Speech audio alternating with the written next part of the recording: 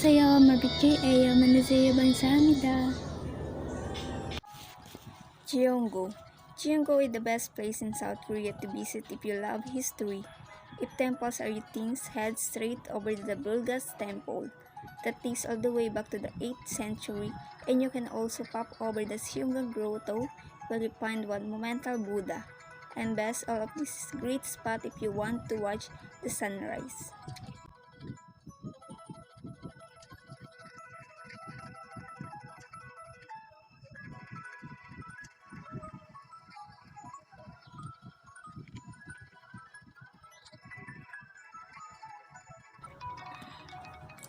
Seoul is easily up near the most place in South Korea to visit. Not only its super vast but also good the whole shape of the history. Seoul is perfect to explore for a long weekend away. Jeju City. Jeju City is the best place in South Korea to partner with a visit to the East Islands too. As South Korea, once you're here, make sure to visit Gangnam Market. It's a traditional Korean market signs everything you could ever imagine. After a little weekend break, make sure to head across the Singsum Shulbung. It is the huge volcano that was created by volcanic eruption underwater. It's so unreal to see. Suwon. Based in Gyeonggi Province, Suwon is one of the most best places in South Korea to visit in the northwest of the country. It is the most famous spot to see in the forest and huge gate with the towering pagodas.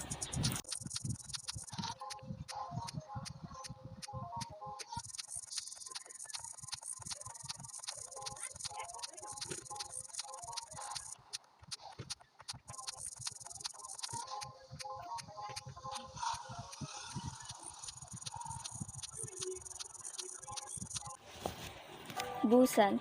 Busan is the one place in South Korea to visit due to the beating perch of the southeast coastal. It is a perfect spot to visit if you want a little city life, but also embrace South Korea, amazing beaches and mountains.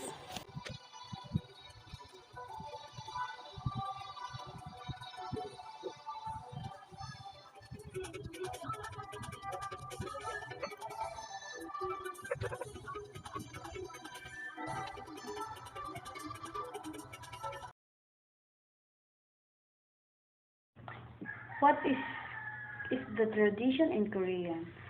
This tradition includes the ethical code of conduct in social life and showing respect to the elders and family. Koreans also believe in sanctity and loyalty and follow certain codes of conduct while meeting, eating, praying, and even celebrating. At times when many other cultures would shake hands, Korean bow. The most common way of greet in South Korea is with a bow. The casual bow is a dip of the head with eyes closed, sometimes accompanied by slight bend from the waist. This type of greeting is usually when informally greeting someone of walking past someone or of a higher status. Bow is a showing respect. Bowing in Korean, individuals how bow out of respect, like in Japan, especially when speaking to stranger or coworkers, just as it's by typical for the ajoma and at the restaurant, a middle-aged woman to bow while greeting you. It is not uncommon to see pupils bowing when they meet their Sunday older students. However, bowing is now a common practice in modern Korea. To bow politely, simply lower your upper body by about 15 degrees as a sign of respect. Sometimes it's just nothing for more than a small gesture to go along with a thank you or excuse me, bow in tradition Korea.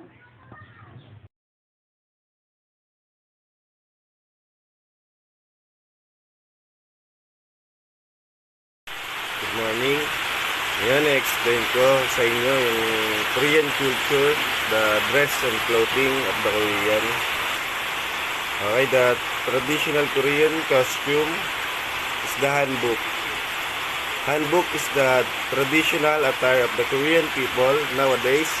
It is only worn on special occasions or anniversaries.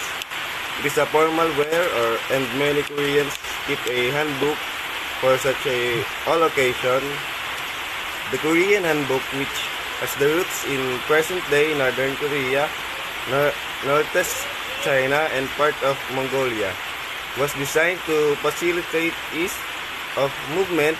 The fundamental structure of the traditional Korean dress, especially the jacket or gyogori, baji, the trousers, and chima, the skirt, was established during the Three Kingdoms of Korea, and the design features have remained relatively unchanged to this day.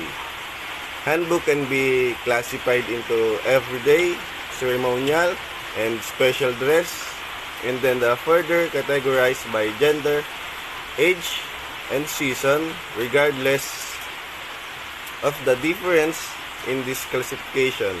The basic aesthetics frameworks of all hanbok is centered around the Korean fondness for the natural, the desire for supernatural protection and blessing, and the Confucian dress code, which emphasize proprietary and primary colors.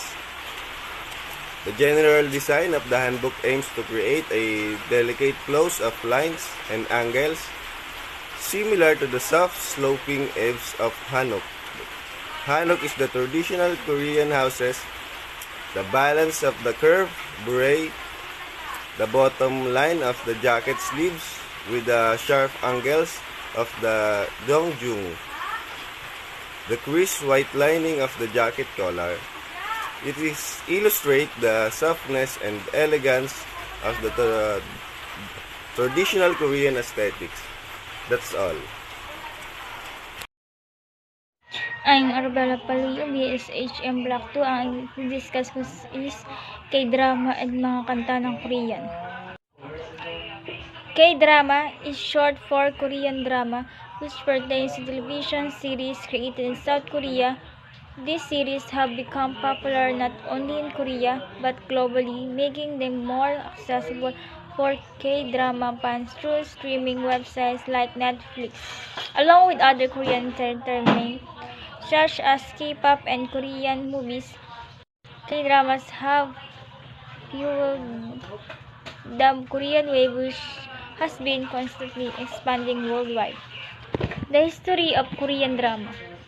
The roots of television in South Korea go back to the mid-1950s with the first Korean TV series broadcasting in 1962. It was broadcasted on KBS Korean Broadcasting System, which has continued to exist as Korea's big national channel. However, it was until the 1970s that Korean household properly began buying television sets. Most South Korean television series depicted historical times and historical figures only reach a small audience. After the surge of TVs in Korean homes, more diverse South Korean K-dramas began getting made from national heroes such as Kim Se-jung to tales of regular present-day people, especially their struggles and sufferings. When color TVs becomes available in the 1980s, the landscape of Korean television changed, with modern dramas becoming more prominent. In 1990s, it started getting more popular to K-drama into a single season of approximately 12 to 24 episodes. Today, it is also more widespread to produce web dramas. Below is a video on how to say episode in Korean. You can come across this word at the start of each drama's episode. Korean music. Korean have the unique characteristic of lyrical sensitivity, using music to express their emotions. Traditional Korean music can be divided into music listened to by the royal family and by the commoners, each differing greatly in style. It includes court music, folk music, poetic songs, and religious music used in shamanistic and Buddhist traditions. Together, traditional Korean music is referred to as Gugak Hangul, which literally means national music. For traditional music of Korea, Salmonori, the most well-known form of Gugak, is made up of four folk instruments: the bok drum, jangu, or glass drum, jing, and kwaingari. These instruments combined to create an energetic form of music and performance. Dog meat, meron po silang dog meat, karne ng aso, is less than popular today in South Korea than the past, being viewed largely as a kind of health tonic rather than a diet staple, especially amongst the younger generation who view dog as the pets and service animal. That said, historical consumption of the dog meat can be traced back to the Antiquity. Dog bones were excavated in a Neolithic settlement in the Changnyeong, South Gyeongsang province, as well as planting in the Goguryeo Tombs complex in South Hawaiian province, which dates 4th century AD. This depict a slaughtered dog in the storehouse. Nakuha po ng Korea ang distinguished to ay sa Chinese term form dog, which refer the pet dogs from the Chinese term which is used especially to indicate dog meat. Huanghu has been considered better the consumption that baked gu, white dog, and yekgu, black dog. According to one survey conducted in 2006, dog meat was the fourth commonly consumed meat in South Korea. But in 2019, 71.9% in Koreans avoid eating dog meat. Okay na po.